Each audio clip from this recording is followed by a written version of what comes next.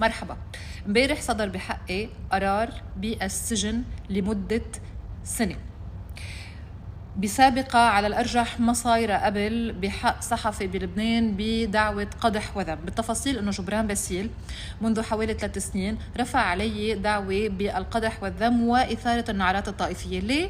لأنه إذا بتتذكروا هذا الفيديو اللي فيه شاب من طرابلس نزل من طرابلس على كسروين وبلشوا مرافقين زياد أسود يضربوه بوكسات وضرب فعلا وحشي، يسألوه شو عم تعمل بكسروين أنت جاي من طرابلس. يوم أنا كتبت تويت كتبت فيه أنه هيدا صار هيدي ممارسات عنصرية ونازية، لأنه طبعا أنك تقول لحدا شو عم تعمل أنت بكسروين وأنت من طرابلس هيدا صار عقلية نازية.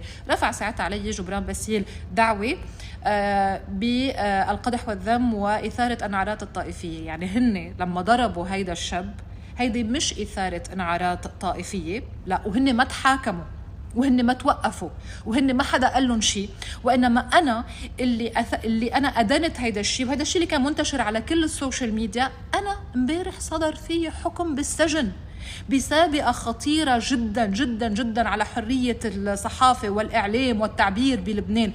هيدي سابقة على الأرجح مش صايرة قبل، إنه في عنا صحفي بقضية قدح وذم انحكم عليه بالسجن ومش سجن مع إيقاف التنفيذ. يعني هيدا كتير مهم، هيدا التفصيل. أنا اليوم القضاء في يسجنني إذا ما استأنفت خلص، وغير السجن لازم ادفع كمان 110 ملايين ليرة لبنانية تعويض للتيار الوطني الحر اللي هو كتير تأذى من اني انا قلت انه هو عنصري، مع العلم انه في فيديو مسجل صوت وصورة لجبران باسيل بيقول فيه انا عنصري فوق السطح، صوت وصورة، ويتغنى بهيدا الشيء.